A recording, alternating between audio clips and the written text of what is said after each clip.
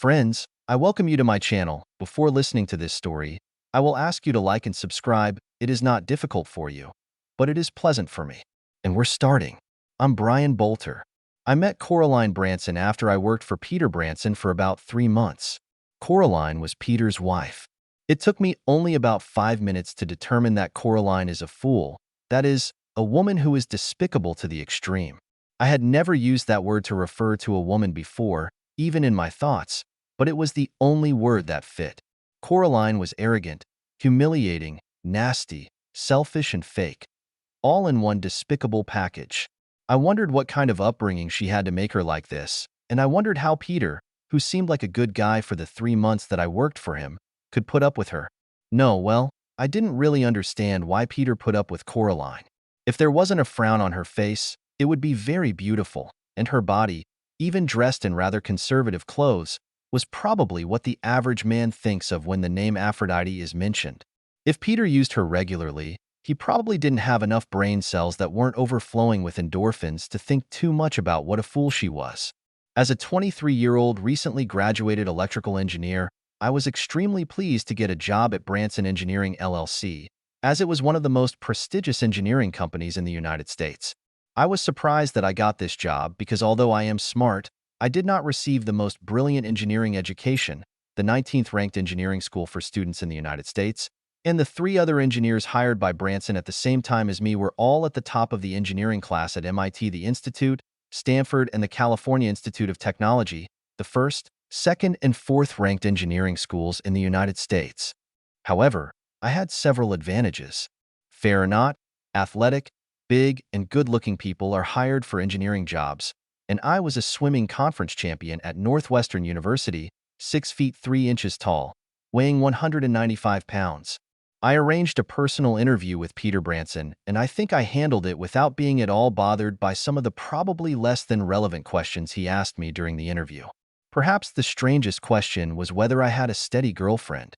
Anyway, I was accepted for an engineering job, and I received internal training for this. Shortly after I met Coraline at a corporate event, Peter transferred me to his assistant position, a position he had apparently just created and thought I would be a good fit. I think it was because I was more sociable and more comfortable in social situations than all the other engineers working at Branson Engineering LLC. In any case, my job was to accompany Peter to initial client meetings, make rough engineering suggestions for ideas, and interact with the core engineers to facilitate the implementation of Peter's ideas, and even perform some ready-made tasks for Peter. I never resented the tasks that Peter assigned me because they gave me valuable experience, took me out of the office, and Peter was pleased with me, especially since he was the one who determined all salaries, and I was well paid. It was in June, about 4 months after I met Coraline, when Peter assigned me the first assignment related to her. As Peter put it, my wife Coraline is unhappy with the management of the pool roof, automatic purifiers, and saltwater sensors for our saltwater pool. She can't get any of the manufacturers to make something suitable. You're an electric genius. I wasn't one. But if he wanted to think that, then I wasn't going to argue. Go see what you can do. My home address and instructions are on this card, and use one of the company's electric vans. So I went to Peter's house. It's actually more of a mansion than a house. I went a little afraid of talking to Coraline, but it was a nice sunny day and I had thick skin, so I just put up with it. So you're the jerk Peter sent to help me? Coraline barked after the maid led me to the pool, where Coraline was lying in a sun lounger in a bikini. How the hell can you help me?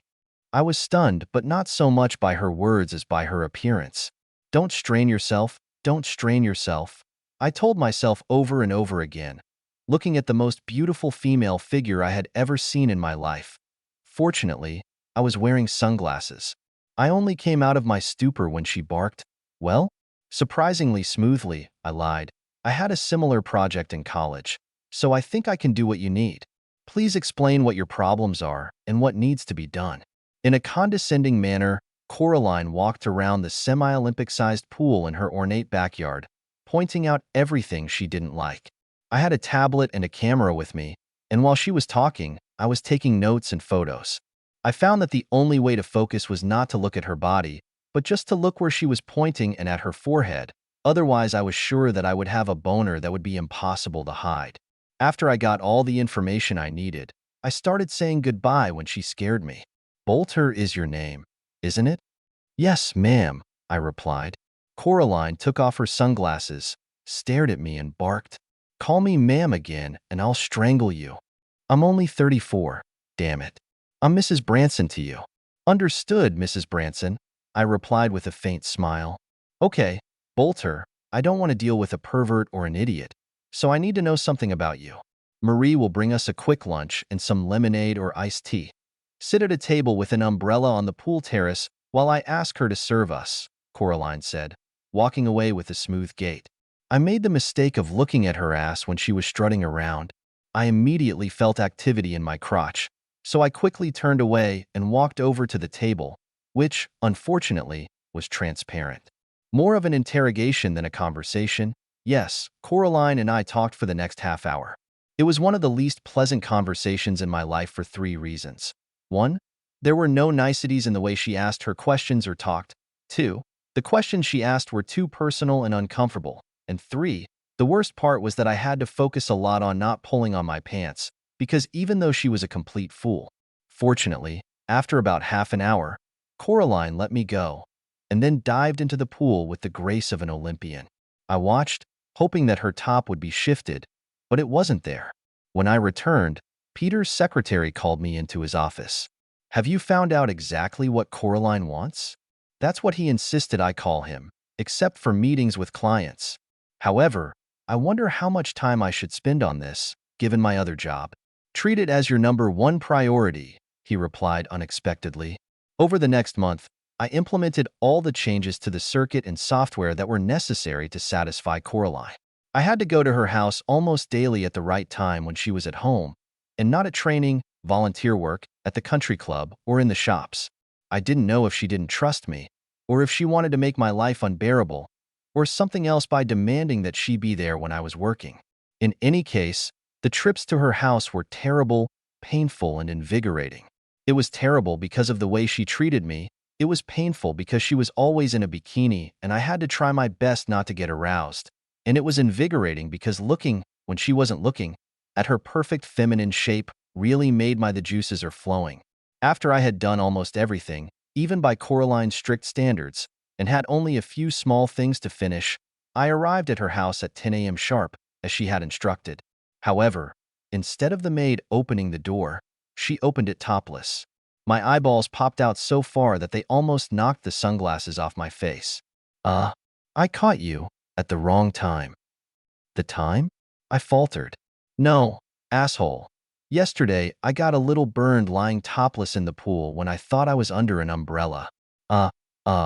Where's Marie? She has a day off. Come on in. While I was working on the latest changes to the control system, instead of moving away from me as she usually did, Coraline loomed over me still topless. I know I was sweating because I was nervous and horny, and it was hard for me to focus when I looked at her deep breasts or slender pelvis, but I finally did it. I gave her the remote control and asked her to complete all the tasks she was interested in. For the first time, I heard Coraline actually giggling and smiling as she pressed the buttons for each function. When everything worked to her satisfaction, she put the remote on the table, took off her sunglasses, and she took off my glasses. You did a good job, Bolter, and judging by the condition of your cock, she said, lightly moving her hand over my bulging shorts. I see that you want to bend me over the chair and make brains for me and yourself, don't you? I stumbled. Oh, I don't really know, she continued with an evil grin. I ejaculated spontaneously for the first time in my life. When I realized this, I pushed away from her. However, she noticed it. Wow, you really know how to flatter a girl. My mind was in turmoil, but I controlled myself enough to literally run into the house, jump out the front door and get into the van, driving out of the cul-de-sac in which the Branson mansion was located. I had to stop by my house to change my clothes. Then I was faced with a difficult decision as to what to tell Peter. On the way to work, I thought long and hard about how to approach this issue. I still hadn't made up my mind when Peter's secretary called me into his office. Peter had a big smile on his face. Coraline just called, he began, and then paused, almost making me breathe faster before he continued. And she is very pleased with the control system that you have installed for her. Thank you, Brian, he finished, shaking my hand. Shaking my hand. Peter looked me straight in the eye and asked, "Is something wrong, Brian?" In response, I blurted out before I could catch myself, "I'm sorry, but I have to say that Coraline came up to today, decisively." Peter smiled broadly, grinned, and interrupted me. "I know, I've seen it live." "What the fuck?" I said spontaneously before I knew it again. "It's time to have a heart-to-heart talk, Brian. Meet me tonight at the Springbrook Country Club at 6:30 on the patio for dinner, and I'll tell you something. I was in a daze for the rest of the day. I didn't do much." Several of my colleagues asked, "What the hell is wrong with you?" I have a serious problem, but don't ask about it," was my polite reply. I had no idea what Peter would say. Was he a pervert who liked to watch his wife make love to other guys? Did Coraline know about the cameras recording her? Was he going to fire me? Divorce her? What the fuck? I got to Springbrook by 6:20 and sat down at a remote table on the patio. Peter arrived at 6:30 sharp, with a big smile and a handshake. "I hope you don't mind if I order for both of us, Brian," he smiled. Then he turned to the waiter and said, "2 draft beers, 2 specialty appetizers, and 2 specialty dinner dishes, Charles." "Yes, sir, Mr. Branson," Charles replied and left. When Peter turned to me, I blurted out for the 3rd time that day, "Peter, I need to know what the hell is going on. Please don't keep me in suspense." "Okay, I won't torture you," he chuckled. "As soon as you finish your first beer, I'll tell you everything." Fortunately, Charles returned almost immediately with 2 glasses of draft beer. I gulped mine down while Peter sipped his. "Although you are an educated, personable, and smart guy, Brian, I did not hire you with the hope that you would eventually become a partner in my firm. You just don't have the experience you need to successfully solve our complex engineering problems. However, I hired you for a very important reason.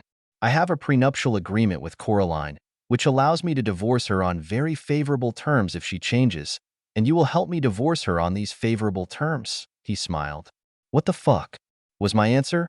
I really don't know if it was out loud or just in my head, but anyway, Peter calmly continued, "You are a very handsome, athletic, smart, personable guy. Your blonde hair, blue eyes, angelic face, tall stature, and swimmer's physique are exactly what attracts Coraline. When I met you, I realized that you were my ticket to freedom without losing my shirt. You see, even though Coraline is the most beautiful woman in the world, it is difficult to maintain staff. None of my friends or their wives want anything to do with her, and she causes embarrassment in many social situations. Besides, she likes to assert control through love, and trust me, what she has to offer in bed is so amazing that she succeeds. After 4 years, I've reached the limit," Peter said with a sigh of exasperation. "So you want me to make her cheat on you with me?" I asked, stunned, and then drank a second mug of beer, with which Charles appeared out of nowhere. "That's exactly what I want you to do. And I appreciate your efforts," Peter replied, then drank his beer. "How so?" Peter reached into his jacket pocket, pulled out a 3-page document, and handed it to me. "My lawyer has drawn up an agreement. We'll have to keep it a secret, but it's enforceable. In fact, I will pay you your own lawyer to handle this case. Now let's have a nice dinner, and you'll call me back after your lawyer reviews this." Just at that moment, the snacks arrived, and we started talking about local sports teams, Peter's trips to different parts of the world, and other non-controversial issues. When I got home that evening, I reread Peter's agreement. On the condition that I have a month-long affair with Coraline, Peter will expose her, fire me, and file for divorce. I'll get $150,000 when he files, and another $150,000 when the divorce is settled. Not only will he give me a favorable job recommendation, but he will also get me a job at an engineering firm in another state, which will be glad to see me and give me a 3-year employment contract to do real electrical work. That evening, I called my friend. His father was a named partner in a large law firm, and asked him to have his father ask a contract specialist to call me as soon as possible. Within 2 days, my lawyer reviewed the contract, received money from Peter, gave me everything is clear, and Peter and I signed the dotted line. At a private signing ceremony, Peter told me, "I want you to call Coraline immediately. Tell her that all you could think about after you met her was making love to her, that she's the most beautiful woman in the world, and beg her to let you visit her." I'm not lying when I tell Coraline that she's the most beautiful woman in the world, or or that I'm constantly thinking about her perfect body. That's why I called. Hello, this is Coraline Branson. Hello, Mrs. Branson, this is Brian Bolter. Do you have a minute to talk? Why should I do that after you left so rudely? She replied, but not in her usual sarcastic voice, but in a more playful one. Because since I left, all I can think about is you. You are the most beautiful woman on the planet, and I want to make love to you more than anything in the world. I beg you, let me visit you again. I promise that you will not be disappointed, I replied in a pleading voice. Let me think about it. Marie's next day off is next Thursday. Then can you come at 10 a.m.? Wild horses won't be able to hold me back. I growled. What are you going to tell Peter? You will tell him that something is wrong with the controls that I made for you, and that you need me to fix them. Good girl, she laughed. Okay, I'll see you on Thursday at 10 o'clock. She finished the conversation. I immediately went to Peter. He smiled broadly and slapped me on the back. When I arrived at Coraline's house on Thursday, she opened the door naked. I immediately got a boner, but I was sure that this time I would be able to control myself without spontaneous ejaculation. Without saying a word, I picked her up and planted the most passionate kiss I've ever had on her lips. When I set her on her feet with a big smile on her face, she said, "Take it easy, Tiger." I interrupted her. "It's not going to be easy. I'm going to ravage you until you beg for mercy." I growled mockingly, then picked her up and carried her to one of the guest bedrooms, where Peter had several cameras installed. Maybe Coraline didn't like that she wasn't in control of the situation, but I didn't give her a chance to say so. "Thanks for opening the door naked, Mrs. Branson," I said, laying her down with kisses all over her body. "I need to empty you first, and then I'll do whatever you want," I continued before planting another passionate kiss on her lips. After we dried off and returned to the guest bedroom, I talked to Coraline. "Coraline, thank you for inviting me to your place. You're too beautiful. I've lost my head, but I feel guilty for cheating on Peter." "You didn't cheat on him." "I did," she giggled. "Don't feel guilty. We had a great time, and Peter will never know. Can we please do it again? You're like a banned substance. I need more of you," I grumbled, kissing her. "I bet we'll do it again. It was probably the best time of my life, and we don't know each other's erogenous zones yet. As soon as that happens, I'll probably faint," she giggled. "I can't wait," I replied, kissed her and left the bedroom. According to Peter's plan, over the next month I was to use Coraline 4 times in different locations of his house, where he told me he had cameras. I thought it was overkill, but damn it, I definitely wasn't going to complain. Besides, I also invited Coraline to my house half a dozen times in a hurry. After my 4th meeting with Coraline at Peter's house, he called me into his office. "You did a great job, Brian," he said, shaking my hand. "I'm filing for divorce today, so here's the first payment of $150,000 in cash, because I don't want it to look like a withdrawal from any bank.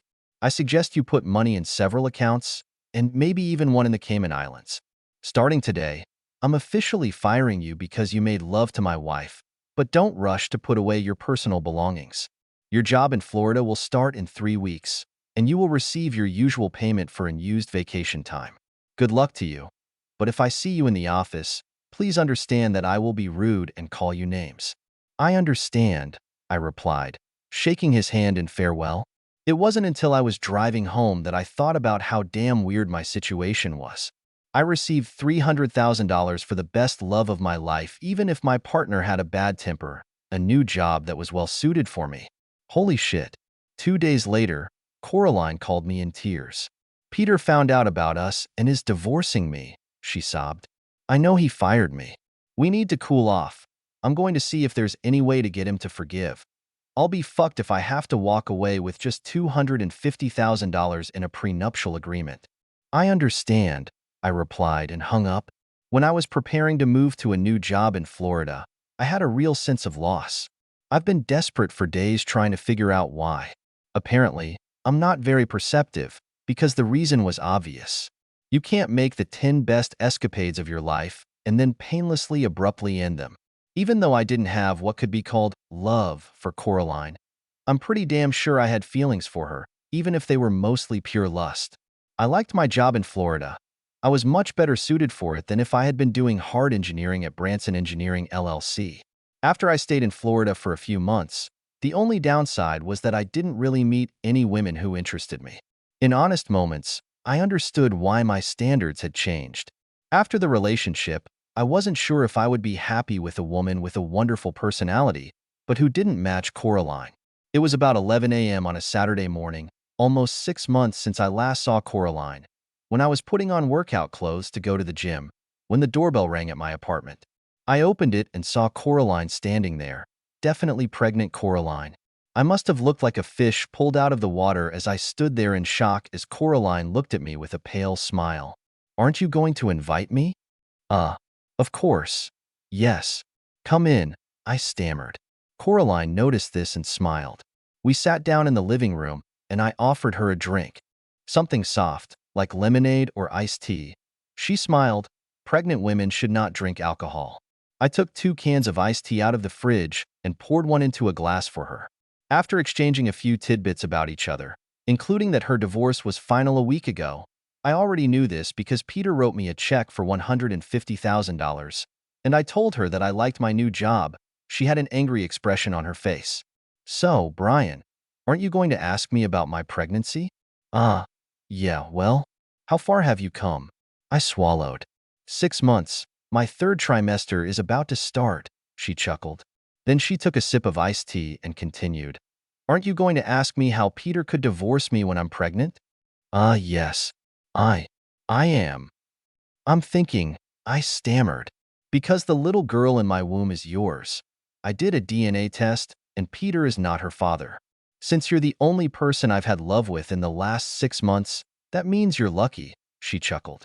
I thought that you were on birth control," I replied, still unable to get the finished sentence out without hesitation. "I was, but no birth control, except abstinence, is 100% effective. You injected me with so much liquid gallons that you must have broken my defenses. So what are we going to do about it?" I asked. "Well, it depends on you. However, in any case, I think you should invite me to live with you until the baby is born, and then we'll see how things go from there. After we do another DNA test to calm you down. However, I must warn you that my already high libido has increased over the past month, and I haven't made love since the last time we met." After we both came to our senses, we lay face to face, looking into each other's eyes. I spoke first. "Here's the thing, Coraline. You are the most beautiful woman in the world, pregnant or not. You're also smart, but you're a fool. You're condescending, bitchy, self-centered, rude, and just plain unpleasant. If you weren't a fool, I'd ask you to marry me in the blink of an eye. But even if you're my mom, I'm not going to marry a fool or even have a long-term relationship with her. Do you understand?" A few tears appeared in her eyes. I gently hugged her and said, "Do you understand?" She nodded her head yes, and I continued. "After the DNA test, I would like you to stay with me until the birth. After that, if you have a personality metamorphosis, maybe I will want a long-term relationship with you. And if you want this with me, maybe we can do it. Do you understand?" After a long pause, Coraline replied, "I know I was a bitch, but the child growing inside me changed me. I would like to have a long-term relationship with you. Let's see if I can turn from a caterpillar into a butterfly." DNA analysis showed that little Denise was mine. The pediatrician said that Coraline gained the right amount of weight, exercised properly, and coped well with pregnancy. We received brochures on the best love positions for pregnant women and tried out all 28 at one time or another, and each of them was an outstanding success. When little Denise was born, my whole world changed. I couldn't believe that I could love something as much as I loved her. Holding and playing with her little toes and hands was probably the most enjoyable thing in the world. Also helpful was the personality transplant that Denise's mother seemed to have gone through. Coraline became a different person as soon as she started living with me, and especially after Denise was born. There were flashes of old Coraline from time to time, but they were getting fewer and fewer. By the time Denise started walking, I looked at us as a family. To celebrate Denise's first birthday, both pairs of grandparents came to visit. When Coraline and I went to bed, she became serious. "Okay, Brian, tell me how we're doing. You seem to like being a father, and I like being a mother. Besides, I love you, but I don't feel the same from you. Do you want us to continue living as a family? Do you love me, or am I still a fool to you? And what are we going to do next? I need to know. A lot of things flashed through my mind as I lay and looked into her cobalt blue eyes. Everything that has happened since I met Coraline has come before me. We probably lay there for a good 10 or 15 minutes, just staring at each other. Suddenly, everything became clear in my mind. I smiled and said, I love you, Coraline, and I want us to get married. An evil grin appeared on her face. Good, because I'm pregnant again, and I want to get married before my next child is born. Obviously, your little swimmers can beat any birth control, so they'll tie my tubes after I give birth.